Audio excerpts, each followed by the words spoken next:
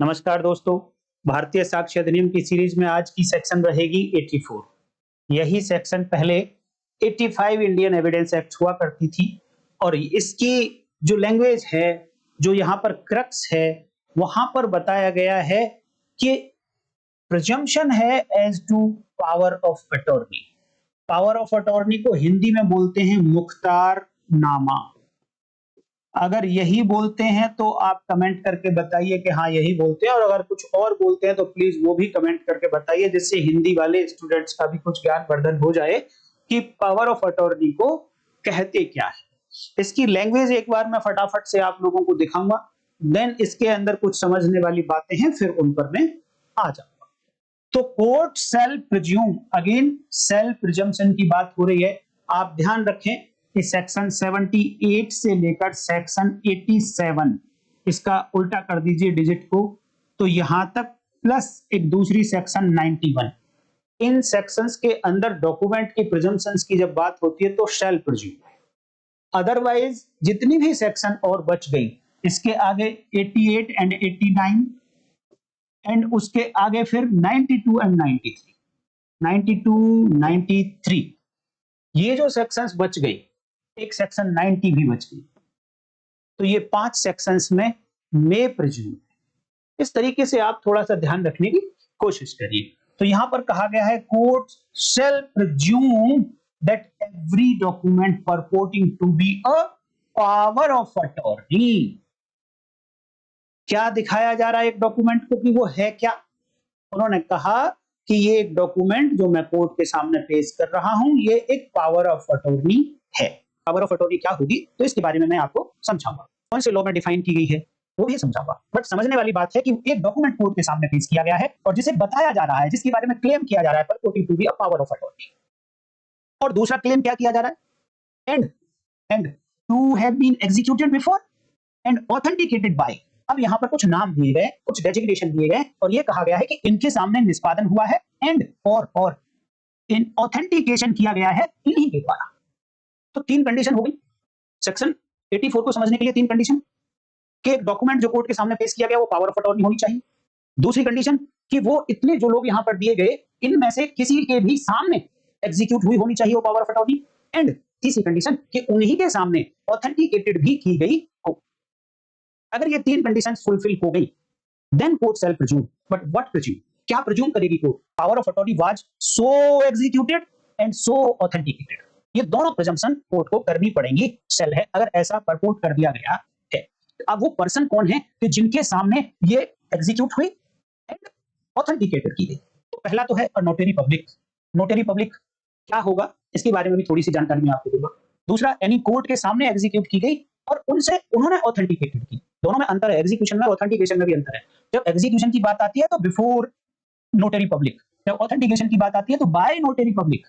It means authentication कुछ ऐसी चीज है, सॉरी एग्जीक्यूशन कुछ ऐसी चीज है जो नोटरी पब्लिक या जितने भी यहाँ पर ये ऑफिसर्स या पर्सन्स लिखे हैं, इनकी प्रेजेंस होना जरूरी है जब एग्जीक्यूशन हुआ। लेकिन जब ऑथेंटिकेशन होगा देन इनकी कुछ इन्वॉल्वमेंट एक्स्ट्रा हो जाती है कि इनके हाथ से भी कुछ होना है। मैं डिटेल में भी आपको समझाऊंगा। तो नोटरी पब्लिक के सामने एग्जीक्यूशन हुआ, उन्होंने ऑथेंटिकेशन किया। किसी कोर्ट के सामने एग्जीक्यूशन हुआ, कोर्ट ने ऑथेंटिकेशन किया। किसी जज के सामने एग्जीक्यूशन हुआ तो जज ने ऑथेंटिकेशन भी किया। किसी मजिस्ट्रेट के सामने एग्जीक्यूशन हुआ तो उसने ऑथेंटिकेट भी किया। इंडियन काउंसिल, जब आउट ऑफ इंडिया अगर कोई पावर ऑफ अटॉर्नी दी जा रही है तो वहां पर कौन ऑथेंटिकेट करेंगे, किनके सामने वो एग्जीक्यूट होनी चाहिए, तब जाकर यहाँ की प्रिजम्पशन शुरू होगी। अगर कोई इंडियन है, उसने अमेरिका से एक पावर ऑफ अटॉर्नी भेज दी इंडियन कोर्ट में।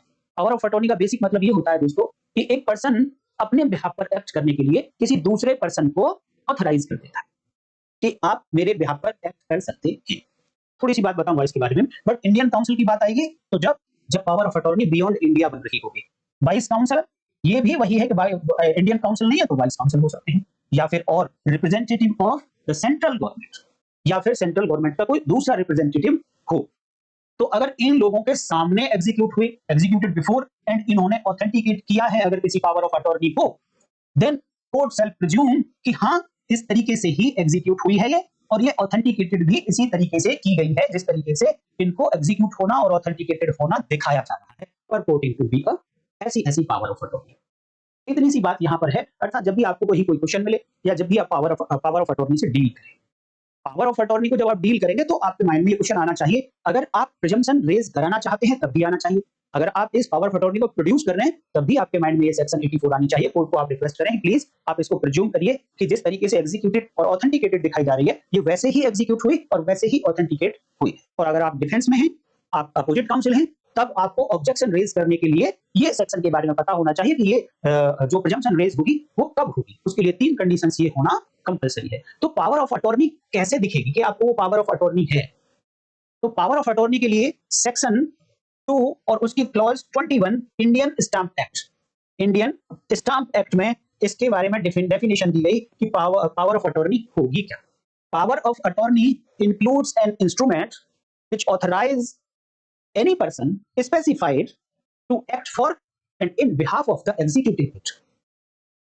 अर्थात कि ये एक ऐसा इंस्ट्रूमेंट है, ये एक ऐसा डॉक्यूमेंट इसमें शामिल होगा पावर ऑफ अटॉर्नी में, जिस इंस्ट्रूमेंट के थ्रू, जिस डॉक्यूमेंट के थ्रू किसी एक पर्सन ने किसी दूसरे पर्सन को, जिसका नाम उसमें स्पेसिफाइड होगा, जनरल नहीं होगा कि मैंने एक परिवार को अथॉरिटी दे दी, स्पेसिफाइड पर्सन होना चाहिए, उस पर्सन का नाम होगा। वो पर्सन इंडिविजुअल हो सकता है, वो पर्सन कंपनी हो सकती है, बट वो स्पेसिफिक आइडेंटिफिकेशन उस पर्सन का वहां होना चाहिए कि मैंने इस स्पेसिफिक पर्सन को ऑथराइज कर दिया है, अब ये मेरे लिए काम करेगा, मेरे बिहाफ पर काम करेगा। ऐसा ऑथराइजेशन कहलाता है पावर ऑफ अटॉर्नी। अब power of attorney with regard to specific act है, केवल एक एक्ट स्पेसिफिक एक्ट के लिए दी गई है वो power of attorney, that is called special power of attorney. And अगर it is with regard to a set of acts, set of transactions, generally क्या करते हैं कि बहुत सारे एक्ट करने के लिए ऑथराइज कर देते हैं किसी एक व्यक्ति को, तो उसे कहा जाता है जनरल पावर ऑफ अटॉर्नी।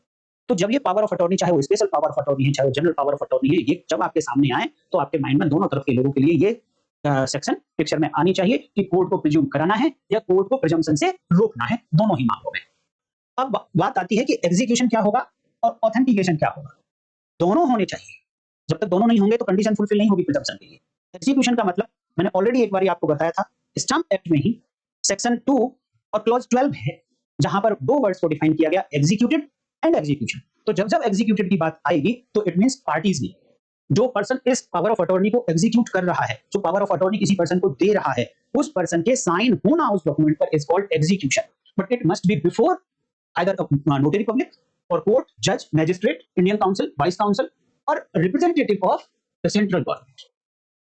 तो इनमें से किसी के भी सामने उस पर्सन ने जो पावर ऑफ अटॉर्नी दे रहा है, जो किसी दूसरे पर्सन को ऑथराइज कर रहा है, अपने साइन किए and authenticated by a notary public. Authenticated का मतलब वो ये अपने भी साइन करेगा उस डॉक्यूमेंट पर, चाहे ये नोटरी पब्लिक है, चाहे वो कोर्ट है, जज है, मैजिस्ट्रेट, इंडियन काउंसिल और वाइस काउंसिल है, ये अपने भी साइन करेंगे और इस बात के साइन करेंगे कि हाँ, जिस पर्सन को ये एग्जीक्यूट करनी चाहिए थी, जो पर्सन दिखाया जा रहा है कि इस पर्सन ने एग्जीक्यूट की है, ये वही पर्सन।